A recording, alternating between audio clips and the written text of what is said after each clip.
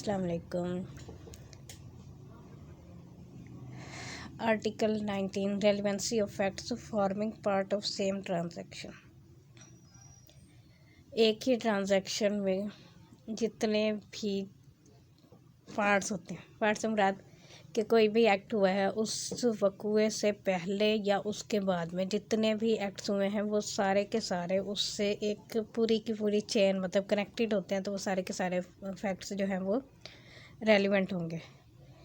Facts which दो not in issue, अगरचे वो फैक्ट्स जो है वो मेन इशू ना हो, मतलब उस फैक्ट का कोई क्लेम या कोई, जैसे वो फैक्ट इन इशू की डेफिनेशन हम पहले पढ़ चुके हैं, या तो असर्टर हो या फिर डिनाइल हो, ना कोई उसका असर्ट कर रहा है ना कोई डिनाई कर रहा है, लेकिन वो फैक्ट उसके साथ कनेक्टेड है किसी न किसी सूरत में, are so connected with a fact in issue as to form part of the same transaction are relevant, और वो उसके साथ कनेक्शन उसका हो कि वो सेम ट्रांजेक्शन में हो रहे हो, whether they occurred at the same time and place और at a different times and places, चाहे वो सेम टाइम और प्लेस पे हो या फिर डिफरेंट टाइम एंड प्लेसेस पर हो।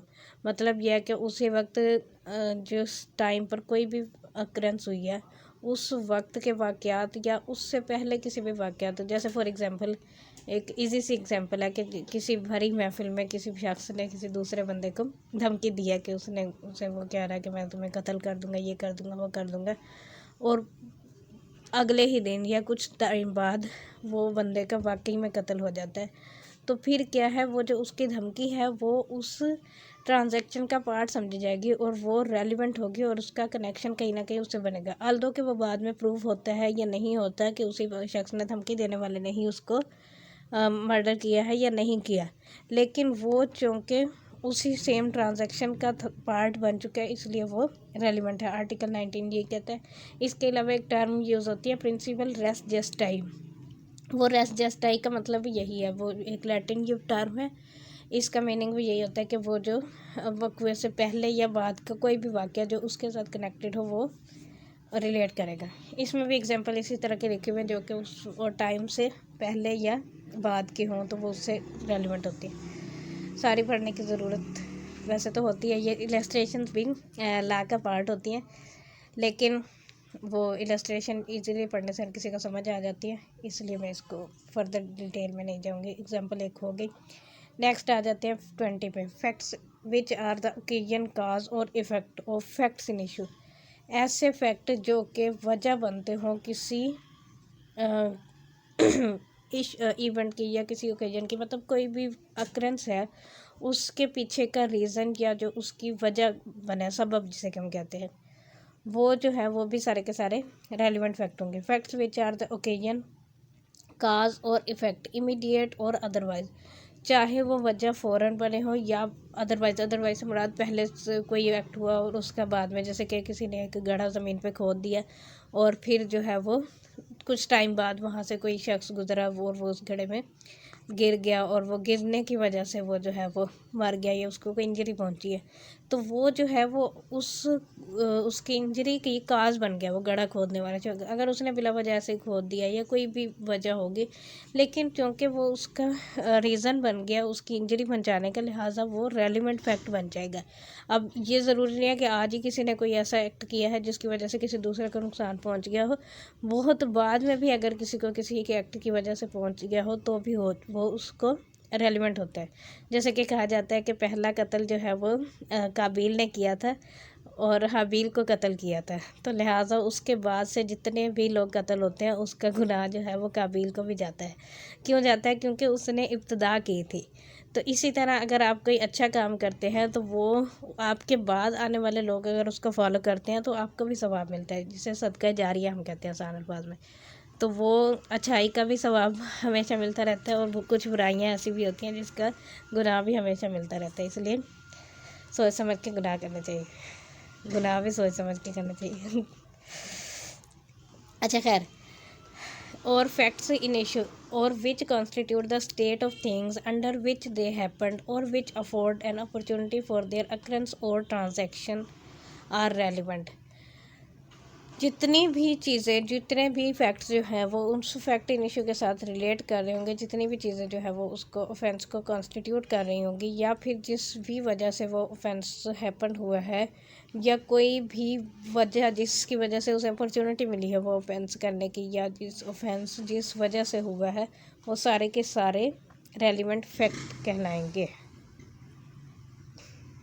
इसमें ये एग्जांपल पॉइजन में लिखी है कि अगर किसी ने कोई किसी को वो जहर देता जा रहा है, तो वो थोड़ी थोड़ी करके भी अगर किसी ने किसी को जहर दिया, तो फिर अगर जो जहर के सिम्टम्स है वो डॉक्टर ताने बताएगा कि इस तरह ये जो बंदे का मर्डर वो मरा है उस जहर की वजह से मरा है, तो वो ये अलामत पाई जाती है, तो वो भी रेलिवेंट फैक्ट होंगे। अगला relevant fact 21 article motive, preparation and previous और subsequent conduct.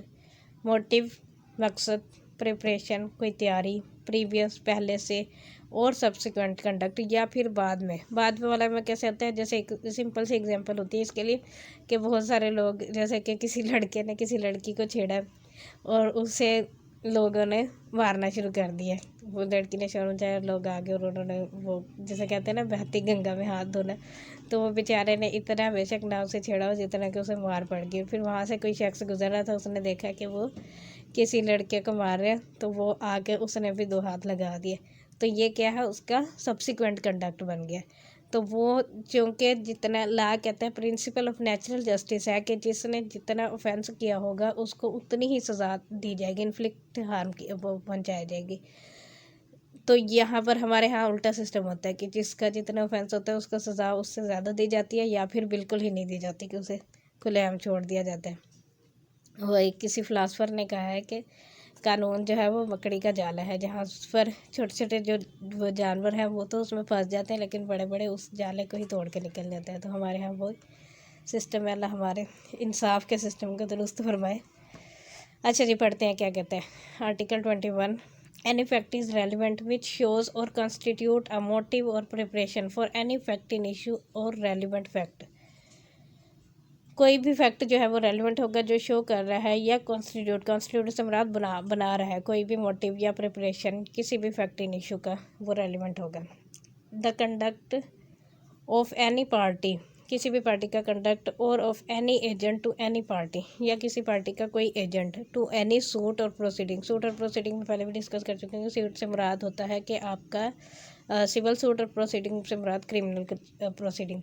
In reference to such suit or proceeding, or in reference to any fact in issue therein or relevant thereto, and the conduct of any person and offence against whom is the subject of any proceeding is relevant if such conduct influences or is influenced by any fact in issue or relevant fact and whether it was previous or subsequent thereto। वही बात होगी कि अगर वो fact जो है वो previously उसने प्लान करके किसी को नुकसान पहुंचाया हो, या फिर कोई और पहुंचा रहा हो और उसने उस वक्त या जैसे जिसको मौका मिला और उसने उसको नुकसान पहुंचा दिया किसी भी तरीके से, तो वो जो है वो आर्टिकल 21 में फॉल करेगा और वो रेलिवेंट फैक्ट होगा। एक्सप्लेनेशन पढ़ लेते हैं। The word conduct in this class does not include statements unless those statements accompany and explain acts other than statements, but this explanation is not to affect the relevancy of statements under any other article of this order। आगे article 46 में relevant statements बताई गई हैं कि कौन कौन से statement जो है वो रेलिवेंट होंगी। तो वो कहता है कि ये वाला आर्टिकल, ये एक्सप्लेनेशन उन स्टेटमेंट्स को अफेक्ट नहीं करती, वो अपनी जगह पर वैसे की वैसे ही बरकरार रहेंगी। लेकिन यहाँ पर कंडक्ट से मुराद कोई भी स्टेटमेंट नहीं है, सिवाय इसके कि वो स्टेटमेंट जो है वो इटसेल्फ एक्ट में फॉल करती है। मतलब जैसे डेफेमेशन वाली डेफेमेटरी स्टेटमेंट होती है ना एक, तो वो डेफेमेटरी स्टेटमेंट जिस किसी को डिफेम कर रही है वो स्टेटमेंट तो वो अपनी जगह रहेगी। उसके अलावा जितनी स्टेटमेंट्स आर्टिकल 46 ने बताई हैं वो सारी की सारी भी रिलेट करेंगे। इनके अलावा अगर कोई स्टेटमेंट किसी ने दी है तो वो कंडक्ट में फॉल नहीं करेगी, ये कहता है। Explanation 2 when the conduct of any person is relevant, जब किसी शख्स का कंडक्ट रेलिवेंट होगा, any statement made to him और in his presence and hearing which affect such conduct is relevant. तो फिर जो भी स्टेटमेंट उसके कंडक्ट के हवाले से दी जाएगी वो रेलिवेंट होगी। अब स्टेटमेंट उसके कंडक्ट के हवाले से मुराद मतलब जैसे कि एक शख्स जो है वो उसकी रेपुटेशन ही ख़राब है, मतलब वो हैबिचुअल ऑफेंडर है। अब उसके हवाले उसके कंडक्ट को अगर प्रूव करना चाहता है, कोर्ट में प्रूव किया जाता है कि भाई ये तो पहले से ही हैबिचुअल ऑफेंडर है, तो फिर उस हवाले से जो एविडेंस आएगी उसके कंडक्ट के, ये आगे आर्टिकल QS में ही आगे आर्टिकल है जिसमें कंडक्ट के हवाले से एविडेंस दी जाती है। ठीक हो गया। नेक्स्ट जो है वो नेक्स्ट लेक्चर में डिस्कस करेंगे। Thank you for listening. अल्लाह हाफिज़।